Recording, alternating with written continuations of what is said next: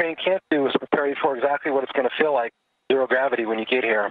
And, that takes a little bit of getting used to. And so I think the day-to-day living up here is a little different. Really, nobody can train you for that. You just have to go and do it. What is your favorite part of being on the ISS, and can you show us?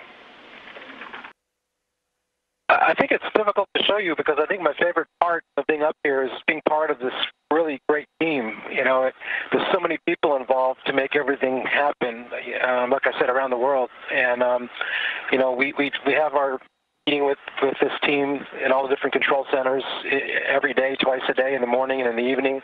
We're working with the team all day long. And, that team, not only involves everyone who's built the hardware, built everything that's up here, but all the understanding and operations and the training of it and the daily operations, and practically every field you can imagine has somebody involved in what it takes to make the space station fly. So being part of that team, getting to know all the people, getting to work with the people, and then getting to represent everybody up here, I think is really the greatest part. How old were you when you felt you should be an astronaut, and why did you want to be one? I was 6 years old when my family took a trip to Florida, and we saw the launch of Apollo 11, and that's when I decided that I wanted to do this. And otherwise, I think I grew up watching Star Trek and science fiction movies, and believed all this was possible, and wanted to be part of it. How has serving in the robotics branch at NASA helped you on your mission?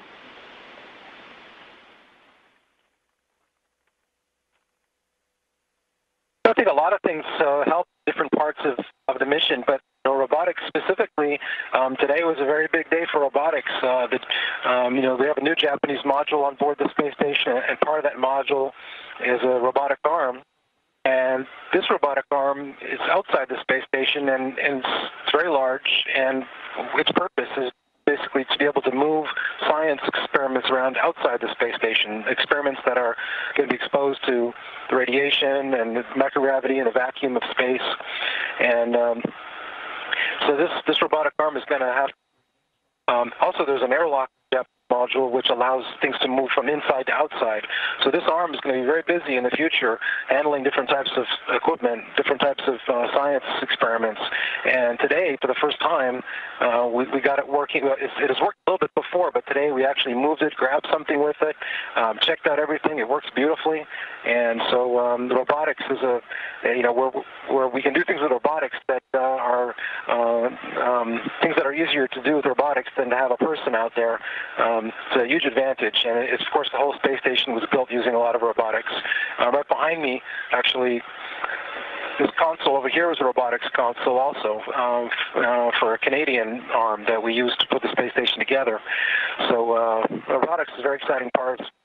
In the year 2050, what would be your ideal goal for NASA? I hope by 2050 that I'm still around and I can still get a chance to fly in space myself. That's not as far off as it seems. And for those of you who are there at the space camp today, you guys could very well be up here at that time. And hopefully by then we're on the moon, we're on Mars, we're exploring further.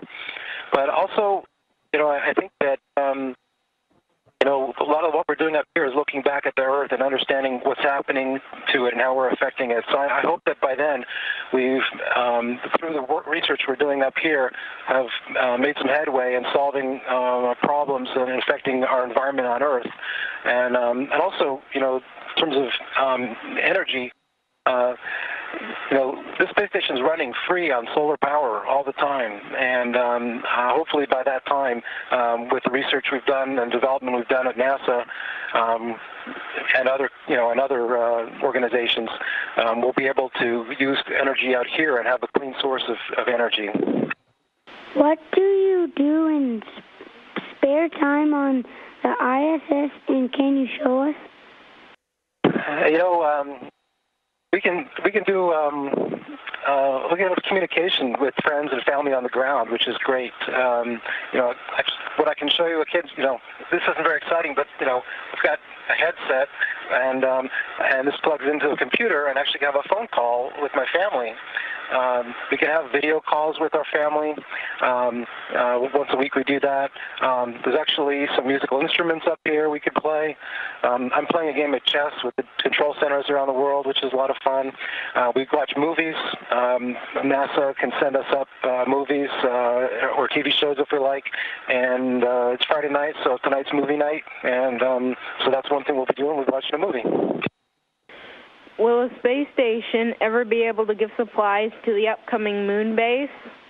You know, the space station is, you know, the way to look at it, it's a bridge to the future. You know, we're doing everything up here to learn how to live in space and how to develop systems for life support, for example. You know, coming up on the next shuttle flight is a lot of equipment for recycling, you know, recycling water. And the technology we need, you know, to live out here and to work out here, you know, and to make equipment that works better out here. So, you know, in a development sense, it's a bridge to the future. But the space station itself is not going to be a vehicle that transports cargo, or, you know, it won't be a place where you necessarily launch future missions from. It's more of a research and development platform to learn how to do these things.